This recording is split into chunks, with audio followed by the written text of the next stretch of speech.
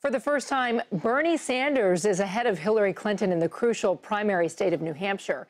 We have a poll out today. This is from the Boston Herald and Franklin Pierce University, and it shows Sanders leading Clinton by 7 points at 44%. Joining us now is Margie Omero, Managing Director of Research for Purple Strategies.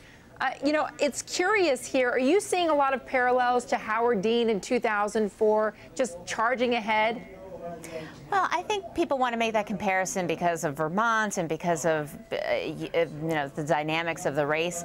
I think ultimately what's happening here is you started with one top-tier qualified candidate, and you have more people join the race. I think it's not a surprise that Sanders is doing well in New Hampshire. He's expected to do well in New Hampshire since he's from Vermont, and this poll is consistent with what we've been seeing in a lot of New Hampshire polls over the last few weeks and months, where the race has narrowed to single digits, usually with Clinton ahead. Now there's one with Sanders ahead, and it's not just overall, it's also beneath the surface in terms of favorability, excitement about their candidacy, whether or not Sanders does better than Clinton on people supporting him because they share his views. They're excited about his policies. But there are still some warning signs, too, and some good signs for Clinton as well in the data. Well, the curious thing here is that they were also asked who has the best chance of getting elected. And even those who are staunchly in support of Bernie Sanders go, yeah, I don't think he's got a great shot here.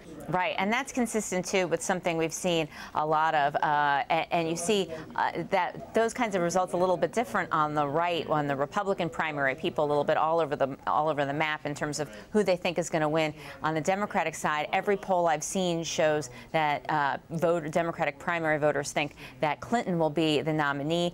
She also does better in terms of why people are supporting her. More people say it's because of her electability than say the same for Sanders. Nonetheless, I think in totality, these results show a Democratic field that's competitive, that people like, they're enthusiastic about, and people coalescing around great candidates.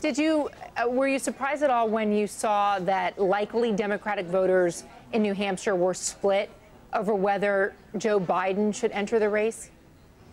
Yeah, I mean it's an interesting finding. I mean, maybe it means that people are excited about their candidates already that are in the race. Maybe it means that there was a window that's closed. I don't know. I'd like to hear more. I'd like some focus groups, some qualitative data to hear a little bit about why people think that. It also reminds me of another piece of this data too. When you're comparing this new poll from the last time the Boston Herald did a poll, as last time they asked about Elizabeth Warren, she got 22% of the vote the time they did that, and a lot of those voters probably are now, at least that's what the pollsters think, to have moved to Sanders. So there's some fluctuations when we look at the poll tracking.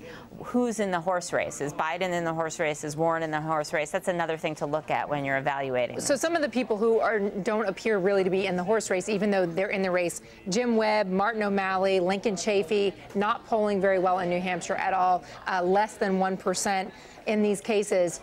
When you're looking at Hillary Clinton, is the reason why Bernie Sanders is now leading in the poll there because she's under so much scrutiny over her private use of emails when she was Secretary of State? I don't think. I mean, I think there are a lot of reasons for the fact that Sanders is doing well. I mean, one, there's geography. Two, there's room for multiple candidates. People can say, I want more candidates in the race. I'm interested in hearing from more candidates. Maybe I'm voting for this candidate or that candidate. It doesn't mean that they're opposed to Hillary Clinton. She's still very, very popular with Democratic primary voters. So I don't think she is. I don't think Sanders' rise is necessarily due to things like the emails, but that's not to say it doesn't have a role. It certainly could with some voters. Okay, so let's talk a little bit more about Bernie Sanders here. Doing well in New Hampshire. It's a fairly homogenous population in terms of racial background. As you mentioned, he's from neighboring state Vermont. New Englanders tend to stick together, I know, having lived in Maine.